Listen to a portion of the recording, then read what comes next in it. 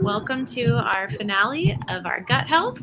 I'm Julie, and I'm with the Academy of Logic and Light, and we are a peer-to-peer education platform that empowers students and teachers to practice their spirituality without indoctrination. And we're here today with Emily, and she is bringing us the last part of our grand finale of our gut health series. Thanks so much for having me. Yeah, I apologize in advance, everyone. Hopefully, you can hear me okay. That sounds good. Oh, is that better than it was before? Yeah. Okay, perfect. Yeah, just sort of a busy night. So I'm here at a Starbucks. I feel you. Technology, I suppose. Yeah, right? Yeah, that's much better. Okay, perfect. So I am good to jump in, everyone. So let me share my screen and we'll get started. Okay, so this will be a little bit of an overview from the first class, just as kind of a reminder of some of the key principles that I talked about with regard to gut health. So yeah, a little bit of a review, and then I've got a couple of case studies where we'll take a look at some tests and see what kind of information we get from that. So gut health. Some of you, here tonight might be new and might not have been with us the first class. And so if you weren't, we talked a little bit about Hippocrates and how he's known as the father of medicine and was quoted as saying all disease begins in the gut, and that was 2,000 years ago. And I feel like we're just coming around to understanding really how much that was true. The gut is linked to so many things. And an important, I guess, principle to know about what makes up a healthy gut is this 8-2 or 80-20 ratio. Meaning we want 80% of our gut to have beneficial bacteria. That's what we talked about last week a little bit more in depth about probiotics and this beneficial bacteria. So we want 80% of our gut to be these good bacteria, and no more than 20% of they're called opportunistic or the bad bacteria. And we do want both. That is what a healthy gut looks like too. So when we look at the test in just a minute, know that it's never the goal to have zero or no opportunistic or bad bacteria or something that's slightly out of balance. Number one, our gut changes day to day, but number two, kind of like it says here, the opportunistic bacteria and the different microbes that we come in contact with, even if they're pathogenic and we don't really want them to stay long, it gives our immune system something to do. And so there's a theory of, we really do want just a little bit to keep our immune system healthy and active and engaged, but not too much. So that is the goal, this 8-2, 80-20 ratio. And problems happen when that shifts, right? When the 20% becomes the 80, or, even if it's more like 50-50, is still not ideal. So it's really, that's one of the main problems that I'll talk about and show you today, is when that is out of balance. And then leaky gut, we talked a little bit about that first class too, where, I'll jump ahead because so this is what leaky gut looks like if you're new to us tonight. Healthy gut on the left and leaky gut on the right. And so you can see leaky gut, meaning the cells of our intestinal lining, they literally start coming apart. And so food particles and anything that's coming, like passing through our digestive system, will potentially leak through from the gastrointestinal tract into the bloodstream, which is on the other side. That is leaky gut. And the problem with this is that those, food particles or parts of like a medication or other pathogens we come in contact with through our food and water, like they're not meant to be in the bloodstream. So that alone causes some of these problems that are here on this slide. So signs and symptoms of leaky gut can be anything from fatigue to skin irritations to food sensitivities to someone who gets sick a lot, headaches, joint pain, anxiety, et cetera, et cetera, et cetera. And then it's those kinds of things that over time can lead to and trigger autoimmune diseases. That's just kind of like the progression. And so you see some of the things that lead to leaky gut, and not just leaky gut. I'm going to talk about a couple of other things that that I see in the test. But all of this list here in the middle are things that can contribute to leaky gut. It's unusual that any one of these things would create it, other than maybe a pathogen. And actually, I just was on a training with the lab that I do the test from, and I didn't know this. I learned something in this training where, let's say someone comes in contact with E. coli or salmonella or something like really pathogenic. Our gastrointestinal lining, so these cells you see here, that will induce a leaky gut in an attempt to get it out of the body, right? Something really pathogenic, kind of serious. That alone can trigger leaky gut. But a lot of these other things, it's more of like this progression over time that contributes to leaky gut. So similar things will cause other gut health issues, not just leaky gut. But that's anyway, so kind of a reminder. So the way that I've learned and in my experience, like the best way to know what's going on is to get a stool test. And so this is the test that I use, GI Map. It's through Diagnostic Solutions. It is, I've done research and looked at a couple of different tests. I've used a couple of different tests. And I choose this one. I stick with this one for several reasons. But in my research, it is one of the best because of the technology that they use. And so they're able to pick up much smaller pieces of information than other stool tests and other labs are. So in talking about, like what are some of the problems? So I've mentioned leaky gut. Dysbiosis is the name of that imbalance of the good and bad bacteria. So that's the sciencey term, dysbiosis. Like that alone can cause problems. I've mentioned leaky gut, where the gut barrier is leaky or it becomes permeable is how we talk about it, and then the immune system is activated, and then that triggers an inflammatory response. That's the problem, is this kind of like snowball effect of leaky gut. Digestive insufficiency is another really big problem for a lot of people. So a couple of different parts to digestion, low stomach acid being one, not making enough enzymes being another, and or a lot of people have issues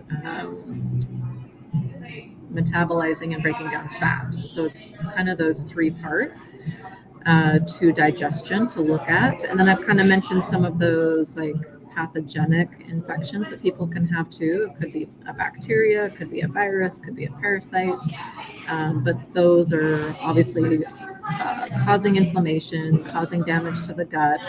And so it's often like this, all of these things potentially together, right? That I'm getting the information back in a test. So I'll show you that. I just prepared a couple of case studies tonight. And so my approach, you can, again, gut health it's so broad. It affects every organ system. And, a gut health practitioner could focus on a lot of different things. This is what I focus on, is the chronic digestive symptoms. So the people that tell me they have constipation, or they've had constipation for 5 years, or they bloat after almost every meal that they eat, et cetera, et cetera. People just live with those kinds of symptoms. So definitely those chronic digestive symptoms, but as well as people who've been diagnosed with say IBS or IBD, so that's Crohn's and ulcerative colitis. And so I work with people who have some of those more serious digestive diseases. Work with people with skin issues, acne, psoriasis, eczema, all of that kind of stuff, autoimmune disease, and then mental health, depression, anxiety, those kinds of things too. And so a lot of the clients that I work with, they have this story that is checking off 2 or 3 or 4 of these boxes. And so anyway, this is just kind of what I found to be what a lot of people deal with. And gut health can, doing this comprehensive stool test can really shed some light on what is going wrong. So for this first client, Luann, my first case study, so she came to me with weight gain. 10 pounds doesn't sound like a lot, but she's a petite person. And she'd been carrying it around. Honestly, it's probably more like 15 pounds, but just weight, sticky weight, chronic bloating, sugar cravings pretty much all day, relying on Miralax to have a bowel movement. She knew she needed to be gluten-free. She's not celiac, but had been really severely gluten sensitive for about 10 years. And so she'd been gluten-free for about that long. She'd heard about a low FODMAP diet, tried to do it, too hard, right? So that this is kind of how she came to me. And there were other symptoms as well. But let me jump ahead and show you what her test looked like. And I know this doesn't mean anything to anyone but maybe me and 10 other people, but this is her first test. This first page here are a list of different pathogens, so the E. coli and the salmonella and different things that we can definitely come in contact with. She didn't have any of those at the time.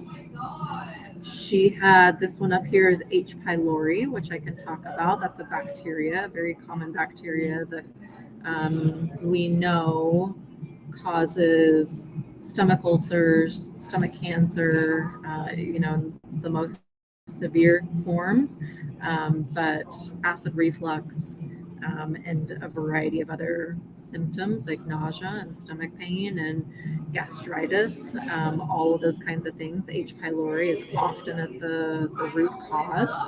And so she was positive for H. pylori. This is her good bacteria. And you can just see really quickly low. And this particular one that happened to be high at the moment. And then, so this is the good bacteria, right? So again, that 80-20 ratio is already out of balance because these are all so low. And then we compare that with, these are the opportunistic or the bad bacteria over here, which it might not look too bad. This one that's marked high is a really inflammatory one. These down here are actually more concerning because I don't know if you can see this, but they are correlated with autoimmune disease. And so even though these two that are present are not marked high, they're just as concerning, if not more concerning for me, as this one up here because of the inflammation we know they cause. And she's got a parasite.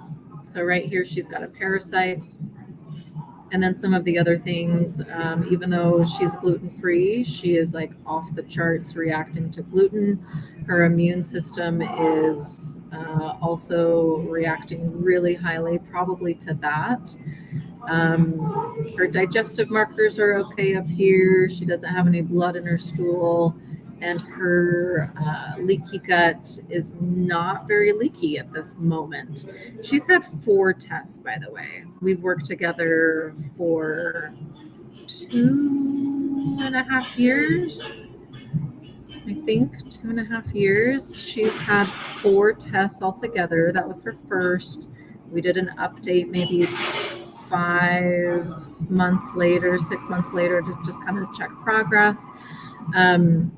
And then she was really good for about over a year. So as you see here, so once we had addressed everything that was there, took about 9 months or so, she lost 12 pounds, the bloating was gone, no more sugar cravings. That had a whole lot more to do with tweaks with her diet.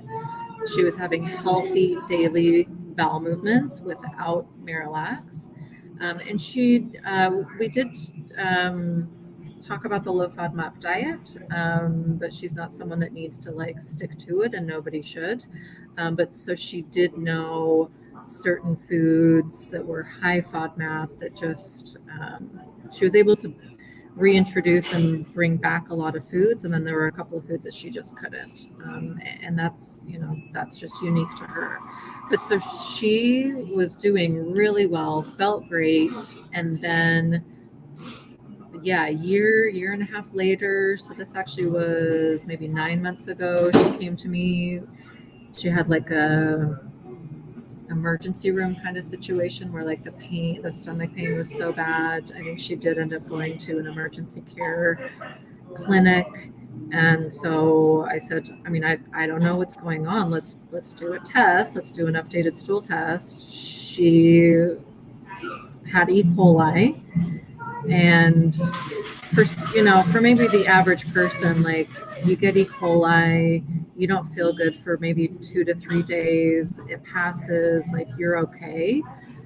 But this is someone who, is almost 60 years old, had been dealing with chronic digestive issues for the better part of her adult life, and even though her gut was in much better shape than where I found her initially, she still was just sensitive enough that the E. coli was really doing a number on her. It was causing some damage. And so honestly, we're still kind of working through that 9 months later. So that's where the third and the fourth test for her have come in. But it's something that I talk a lot about with my clients, because gut health, it's not just you get a test once and you're good. Our gut changes.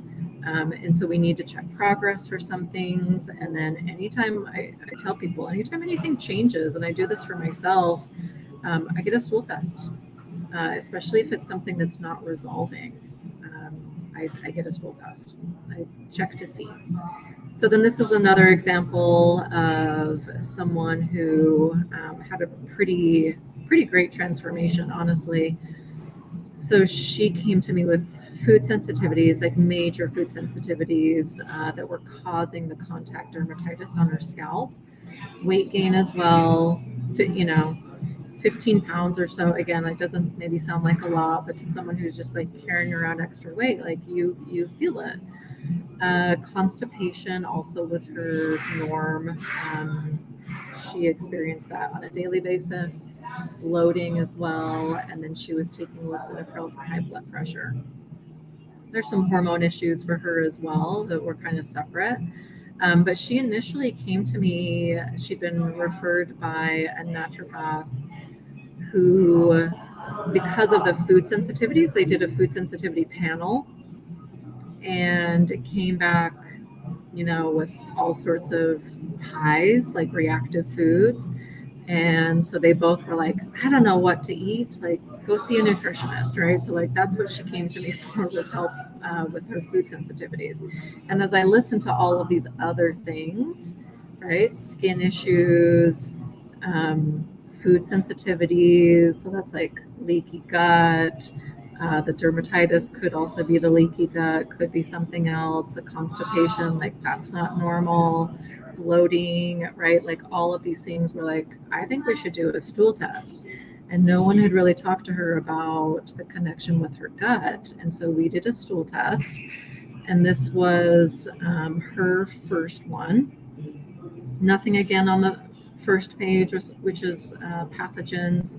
She does have H. pylori, not quite as high as the other example. They've made some changes to the test. You can see. So we want to be like right in the middle in the green. And so you can kind of quickly see like she's got highs and lows, like this one outlier that is high, but quite a few lows or trending low. And then this one down here, they're separated because on top are individual bacteria strains, and then the bottom two are phyla. So think like umbrella groups. In other words, like there's tens of thousands, maybe hundreds of thousands of different bacteria within each phyla. So these two phyla represent 90% of the total beneficial bacteria in someone's gut. So when those are low, that's much more significant. So it gives us a good idea, like, so dysbiosis is an issue for her. She's got overgrowth of the opportunistic. This particular one that you see is high, is infamously connected to skin issues. So it tends to manifest itself on the skin. She's also got candida, also can cause like digestive issues, skin issues. So like she had both of that. No parasites, but digestion is an issue. She wasn't digesting fats.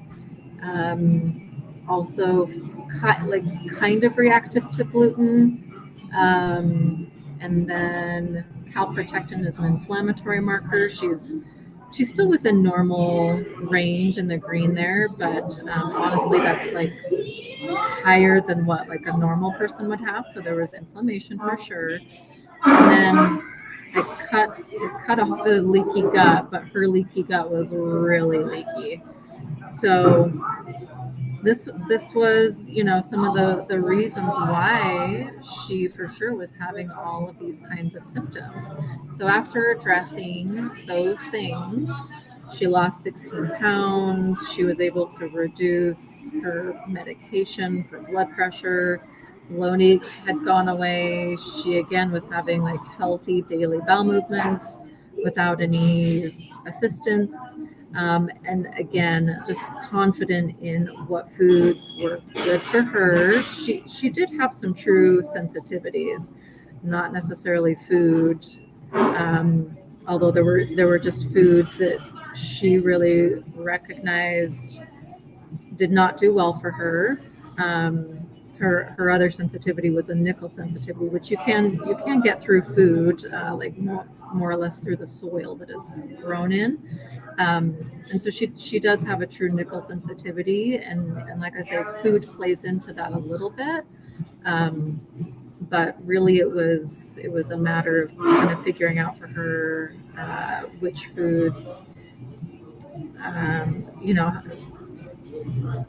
didn't cause bloating and didn't cause constipation, and she, you know, all of these kinds of other things that she was able to really tune into and feel a little bit better than she had before. And so, yeah, she is feeling great. It also took about 9-10 months or so to fully resolve everything you see here. And so, though, you know, those are two really good examples of some of the information that comes back on the stool test, and where I'm able to understand the why and connect the dots, so to speak. And so this is my approach to healing and restoring the gut. It's called the 5R protocol, where I'm focusing on these 5 things, removing everything that is causing inflammation, bringing in really nutritive, restorative foods, potentially reseeding. So that's not just with the probiotic supplement, but that's food and exposure to the environment, etc. Can't talk about gut health without talking about mental health, and so that's this release, helping people assess what maybe if anything needs to be changed or can be changed within their lifestyle to manage things better. And then usually the last part is actually resealing a leaky gut. So in other words, we have to work on all of these other things before a gut will actually reseal and where you can heal a leaky gut and it will actually stay. So this is my approach to addressing all those different things you saw on the test.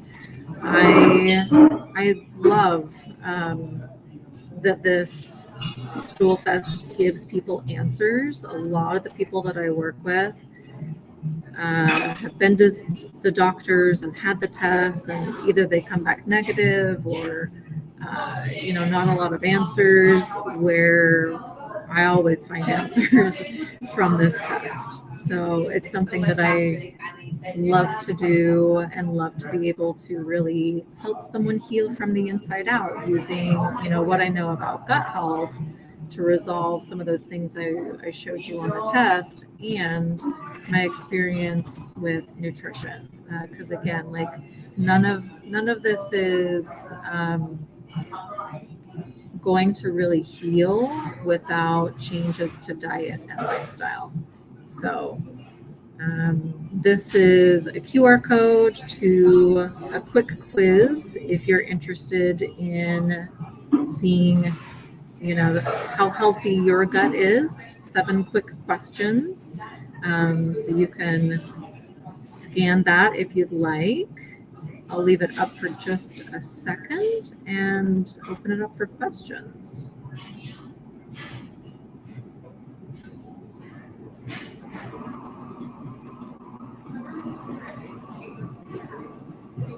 Okay, so Hi.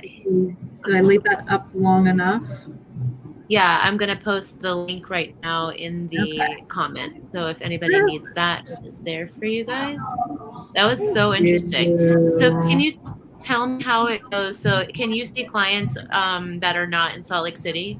Yes. Yeah, good question. So my degree allows me to work with almost anyone across the US and honestly internationally as well. It's just the testing is a little tricky to get outside of the country.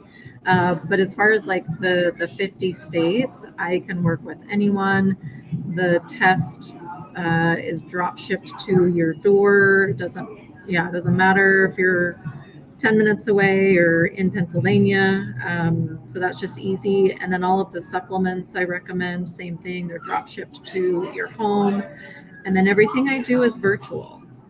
So yeah, I can work with really anyone in the US, which is nice. That's really cool. Yeah. And I mean, I feel like I don't need to ask this, but I also feel like I do. You're not actually looking at people's poop, right? It's going to a lab. Correct. And you don't touch it. Correct. I just feel like we need to clarify. Yes, I do get that question a fair amount. So yeah, you are collecting the sample and then people ship it directly back to the lab. Yeah, I'm not looking at your poop. Nice. Yes. I just felt like I needed to ask. It's good for both of us. Yes. So very interesting. Yeah. And is there anything else that people to do to they can just find you on your website and start the process from there, right?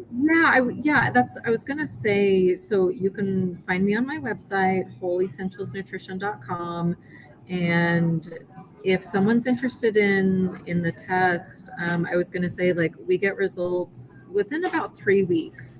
So it's 10 business days from when the lab receives your sample. So a little bit of back and forth, getting you the kit and then getting the kit back to the lab. So 3 weeks. But that's as quickly as we can get some more information for people, and we can just do the test. We'll have a quick consult where like I review it with you and I kind of do what I just did, right? Like I'll tell you what's there and what I see. No obligation to continue if you don't want. And then if, someone wanted to know more about my coaching program and like what I would actually do to fix it, then, that's another conversation. But someone can just do the test if that's what they're interested in. So yeah, Cool. all of that's on my website. Oh, very cool. Awesome. Thank you so much. You're I welcome. keep meaning to ask you because I know you have more classes coming up, I think locally, like in-person events. And I just wanted to give you an opportunity to share everything that you're doing. Where else can people find you and things like that? Thank you. Yeah, thank you. It's like I forget about them too. So yeah, if someone's interested in more information about gut health specifically, I am doing, it's a 3-part series in Salt Lake. Flow Acupuncture is hosting me, and so those will all be in person.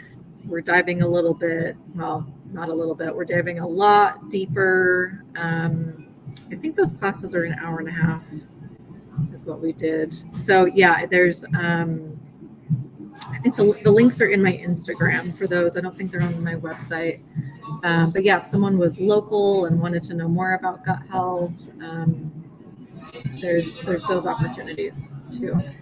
And then we've got something at the end of the year, but I don't know enough about it. So November. We're still planning. November, yes. Yeah. Yeah. So that's in November there will be announcements. Okay. Yeah. So and that will be here in Salt Lake City somewhere, and it'll be a good time. It'll be the third Sunday of November. Okay. Yeah. I think it's on my calendar. But yeah, so that's the only thing that's planned is and I didn't tell you. So the gut health series that's here locally in Salt Lake, that's July 13th, 20th, and 27th. So coming up in a couple of weeks. And now when you have a fermentation kit, right? Yes. Yeah. So there's an optional add-on. So yeah, like with the classes where like you're getting a little bit of education. We're also doing like demos, food demos, and you'll get recipes. And I mean, it's all kinds of good stuff. So if someone's interested in a deeper dive, like that would be a good place. Yeah. I've had so many people reach out to me during this. And they're like, "Oh my gosh, I've learned so much." So I know that people need to hear it. I was like, this should be something for your kids too. Like everybody should be learning about this. Yeah. Well, and that's a good point. I work with kids. Like the youngest I've worked with is 18 months, I think. Wow. And the oldest I've worked with is 82. So, right, like gut health. I mean, I think about different things with an 18-month-old and an 82-year-old and a 40, right? Like, but it's for everyone. Yeah. No one is exempt from gut health, including myself. Yeah. Including myself. Yeah. So yeah. Well, this was amazing. Thank you. Well, thank you. Thanks for having me. Yeah, this was really cool. I'm so appreciative for showing up every week and sharing all of your knowledge and the patience for answering all the questions. I just can't appreciate it enough. You're welcome. So no questions from anyone today. Sounds like. No. Okay. I mean, hopefully that means it's because they've watched the other 3 episodes and they know everything now. Right. I mean, we did a little review just in case someone was new, and I think it's good to hear that again as we went through the test. So. Oh yeah. Good reminder. I mean, take the quiz, and then anyone who's watching the replay, let me know if you've got questions. Well, thank you so much, Emilie. Thank you for everyone watching. And we will see you guys back soon with a new edition yet to be announced.